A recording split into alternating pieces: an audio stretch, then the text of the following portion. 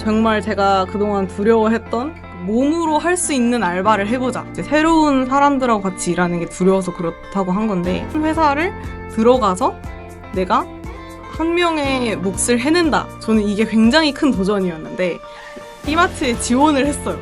시도를 해서 그 두려움을 극복하는 편인 것 같고요. 저희가 1부에서는 태영님께서 고등학교 때 창업경시대에 나가고 그 아이템을 사업화해가지고 창업을 하신 이야기를 다뤘는데요. 이제 2부에서는 또 지금 이제 평범치 않은 대학생활 이야기를 다뤄보도록 하겠습니다. 그래서 창업을 하면서도 연세대학교에 진학을 하셔서 이제 재학 중이신데 또 올해 이제 또 특이한 알바를 하나 하셨다고 들었는데 이제 B마트 포장 알바를 하셨다고 말씀해 주셨어요. 혹시 이거는 어떻게 하게 된 건지. 다른 친구들은 고등학교 졸업하고 알바나 과외를 많이들 하는데 저는 알바나 과외를 하는 게 조금 무섭더라고요. 그래서 그 대안으로 그냥 늘 해오던 게 창업이니까 창업을 하자. 오히려 약간 좀 반대로 된 그런 순서로 창업을 하게 된 건데, 제가 호랑이듀를 퇴사하고 나서 정말 제가 그동안 두려워했던 몸으로 할 수 있는 알바를 해보자 라고 저희가 갑자기 용기를 가지게 돼서 B마트에 지원을 했어요. 1일 크루라는 제도가 있거든요. 그래서 B마트 1일 크루 시간이 될 때마다 이제 가서 하고, 이런 식으로 제가 B마트 포장 알바를 했었습니다. 어떻게 알바가 창업보다 더 무서운지 어떤 요소에서 그렇게 생각하셨는지. 뭔가 창업은 초기에는 사실 제가 아는 사람들끼리 열심히 일을 해서 돈을 버는, 저는 그게 좀 컸어요. 정말 제가 처음 보는 사람이랑 일을 해야 된다. 이게 조금 컸던 것 같고, 알바든지 과외든지 뭘 하면은 정말 잘하고 싶다. 이런 욕심이 좀 있어서 과외 같은 경우에는 특히 이 학생의 성적을 책임지고 정말 올리겠다. 이 부담감이 너무 커서 과외 제안을 준비하는데 시간을 또 몇 개월 쓰고 막 이래가지고 제 그런 성격 때문에 조금 알바를 무서워하게 된 게 아닌가 싶습니다. 이게 되게 아이러니한 게 창업도 사실 그렇게 준비하면은 몇 개월 준비해서 나올 수 있는데 창업은 이제 빨리빨리 이터레이션 하면서 나오는데 반대로 알바랑 과외는 준비하는데 한 세월을 걸리신다. 되게 특이한데. 그럼 B마트 포장 알바는 B마트 주문을 하면은 그걸 포장하는 알바인가요? 아니면 뭐 어떻게? 고객분들이 어플로 주문을 하시면 그 현장에 TV가 있거든요. 그 TV에 띠링 주문이 들어왔습니다. 이런 안내 방송이 나와요. 저희한테 다 단말기를 하나씩 주거든요. 바코드를 찍을 수 있는 단말기를 주는데, 장바구니를 저희가 이제 하나씩 들고 고객님들이 주문한 게 그 단말기에 다 떠요. 엄청 큰 창고를 뛰어다니면서, 왜냐면 빨리 갖다 드려야 되니까. 그래서 실온 창고, 냉장 창고, 냉동 창고가 있는데 거기 그 큰 데를 정말 뛰어다니면서 거의 최대 5분 내지 10분 안에 뭐 40개 정도 되는 물건을 정말 다 담아가지고 뛰어가서 다 쏟아서 포장을 하고, 근데 포장도 이제 재료마다 포장을 해야 되는 그게 방법이 다 다르기 때문에 이걸 다 숙지를 해서 굉장히 체력적으로 힘든 알바였습니다. 체력적으로 힘들다고 말씀하셨지만 또 하면서 새로운 환경에서 또 새로운 이제 사람들과 같이 일하게 되는 그 부분에서 이제 채영님께서 두려워했던 그 부분에서 혹시 이제 또 배운 점이나 느낀 점이 있는지. 제가 그 B마트에서 제가 정말 키도 작고 힘도 세지 못해서 같이 일하는 동료분들의 도움을 좀 많이 받았는데, 정말 다들 너무 친절하시고, 사실 그날 처음 본 사이였는데도 정말 너무 친절하시고, 그리고 이미 너무 잘하는 베테랑 분들을 보면서 존경도 하고, 그러니까 열정적으로만 하면은 다들 굉장히 친절하게 대답을 해주시고, 그 환경이 저는 너무 좋았고, 그분들을 통해서 모르는 사람들이 있는 그런 알바에 대한 공포심, 뭔가 두려움, 그런 게 좀 많이 없어진 것 같아요.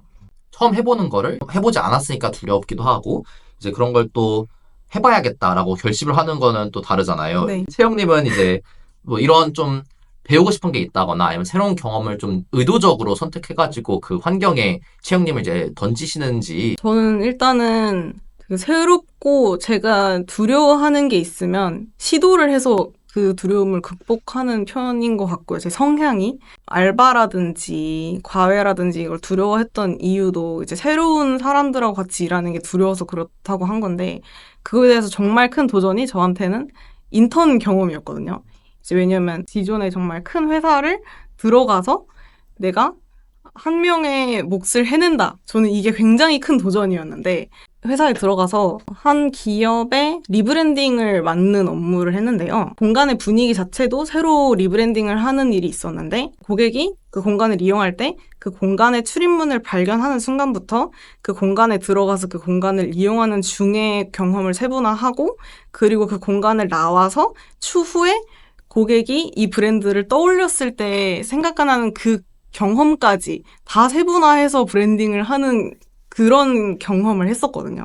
예를 들면 한 카페에 뭐 이 원목과 이 원목의 재질이 어떻게 다르고 이걸 두드렸을 때 어떤 소리가 나는지 그 부분이 너무 저는 매력적이라고 느껴져서 그 뒤로부터 사람이 그 공간에 들어가서 혹은 어떤 서비스를 이용할 때 혹은 어떤 제품을 이용할 때 어떻게 해야 어떤 경험을 느끼는구나. 어떻게 하면 이런 경험을 느끼지 못할 수도 있겠구나. 이런 거에 조금 더 관심을 가지게 된 것 같아요. 말씀하시는 이제 경험을 디자인한다가 고객이 어떤 프로덕트를 쓰는 거에 대한 여정이 있는데 태영님이 관심을 가지신 부분은 그 여정에서 더 디테일하게 들어가서 진짜 사소한 디테일이 어떻게 고객이 궁극적으로 마지막 생각을 하는데 영향을 주는 거에 관심이 생기신 건가요? 네, 맞습니다. 그럼 인턴 끝나고 나서 이쪽 방향으로 더 전문성을 쌓기 위해 또 어떤 노력을 그러면 경험이라는 거를 인간이 정확히 어떻게 인지하고 그리고 나아가서 어떻게 뭐 어떤 감정을 느끼게끔 하는 감정이 무엇인지 뭐 이런 거에도 좀 관심이 생겨서 저희 학교에 인지과학이라는 연계 전공이 있는데 그 인지과학이라는 연계 전공을 지금 신청하고 있습니다. 인지과학이 이제 정확히 어떤 걸 저는 이제 어렸을 때부터 어떤 공간을 경험하는 데 있어서 되게 민감한 사람이어서 어렴풋이 예를 들어 카페에 갔을 때 화장실에 비치되어 있는 핸드워시가 어느 브랜드 건지 이것까지도 이제 다 보고 그리고 오브제가 놓여져 있는데 이 오브제가 이 공간에 어떤 영향을 주는지 이 분위기에 어떤 영향을 주는지 이것까지 다 약간 보는 스타일이어서 그리고 심지어 저는 어떤 식당에 가서 나오는 노래가 별로면은 다시는 그 식당에 안 가거든요. 그래서 그래서 이제 제가 그 정도로 되게 예민한 사람이어서 다른 사람들의 경험을 설계할 때 얼추 감으로 이렇게 하면 이런 느낌 날 것 같은데? 정도는 제가 좀 알 것 같은데 이거를 이론적으로 좀 보완을 하고 싶은 거예요. 그러니까 내가 느끼고 내가 생각하는 이렇게 하면은 좋을 것 같은데를 이제 이론상 이제 사람들이 이제 어떻게 인지를 하기 때문에 이거를 이렇게 하면은 좋다. 이거에 대한 객관적인 이론과 근거를 바탕으로 조금 더 체계적이고 구체적인 경험 설계를 하고 싶어서 인지과학을 연계 전공하고 있습니다. 그럼 인지과학 말고 또 이제 다른 활동들 중에 이제 UX에 대한 전문성을 또 살리거나 아니면은 UX로 배운 것을 이제 테스트해보고 싶어서 하고 있는 뭐 다른 활동들이 있을까요? 저는 지금 사이드 프로젝트로 하고 있는 거 하나, 그리고 제가 속해 있는 단체가 하나 있는데요. 제가 사이드 프로젝트로 하고 있는 거는 이제 학생들의 대외활동 관련해서 도움을 주는 플랫폼을 하나 만들고 있는데 그 플랫폼에서 이제 제가 프로덕트 매니저로서 활동을 하면서 제가 설계한 경험이 제대로 작동을 하는지 테스트해보기 위해서 제품을 만들고 있고요. 그리고 또 하나는 저희 연세대학교 내에 학생 창업팀들을 엑셀러레이팅 해주는 그런 학생주도 엑셀러레이팅 단체인 Y벤처스라고 있는데 그 Y벤처스에서 지금 제가 지금까지 가지고 있는 UI나 UX에 대한 그런 인사이트들을 창업가분들의 그런 쪽 고민이 있으신 분들께 공유를 해드리면서 UX에 대한 경험을 많이 쌓고 있는 것 같습니다. 이제 인터뷰가 막바지에 다다르고 있는데요. 두 가지 질문이 남았어요. 첫째는 이제 앞으로 어떤 계획을 세우고 계신지. 인지과학 관련해서 교환학생도 생각이 있고 그리고 대학원 석사, 박사 이 과정까지도 저는 밟을 생각이 있어서 인지과학 관련해서 전문성을 쌓는 것이 일단 목표고요. 제가 처음 경험 디자인에 관심을 가지게 된 계기는 공간 쪽이지만 저는 공간을 넘어서 IT 기기의 UX라든지 아니면 뭐 제품 이런 쪽으로 사람들의 경험을 총체적으로 좀 디자인하는 그런 통합 경험 설계 전문가 이런 사람이 되고 싶습니다. 이제 인터뷰의 마지막 질문이 남았어요. 제일 처음에 내가 전문성을 기르고 열심히 시간을 쏟고 싶은 내가 좋아하는 일, 자기만의 떨림을 찾는 게 되게 어렵잖아요. 그래서 이제 혹시 자기만의 떨림을 찾는 방법이 뭐 채영님만의 방법이 있거나 뭐 그런 게 있으면 혹시 공유해 줄 수 있을지. 그걸 어디서 찾았냐면 예를 들면 이제 식당에 나오는 노래가 제가 나 식당에 나오는 노래 이거 너무 거슬린다 했을 때 남들은 너 뭐 이렇게 예민해. 그냥 편하게 들으면 되지. 편하게 그냥 음식 맛있으면 됐지. 뭐 이런 식으로 하는데 저는 그 부분에서 오히려 내가 남들이 느끼지 못하는 감각을 나는 느끼는구나 라고 생각을 해서 그 부분에서 저는 제 강점이라고 저는 그때부터 생각을 하게 됐던 것 같고요.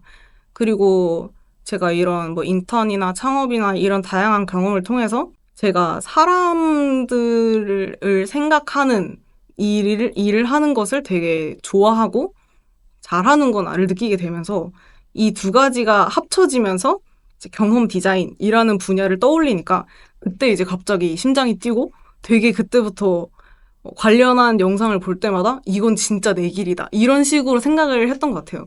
이제 남들보다 내가 조금 더 다른 점. 남들은 그냥 무던하게 넘어가도 나는 조금 더 예민했던 점을 이제 강점화시키고 이제 그걸 바탕으로 이제 그럼 내가 실제로 이 강점을 살려서 할 수 있는 게 무엇일까? 이런 거를 이제 찾아서 떠났다고 이해를 하면 괜찮아요. 네, 네.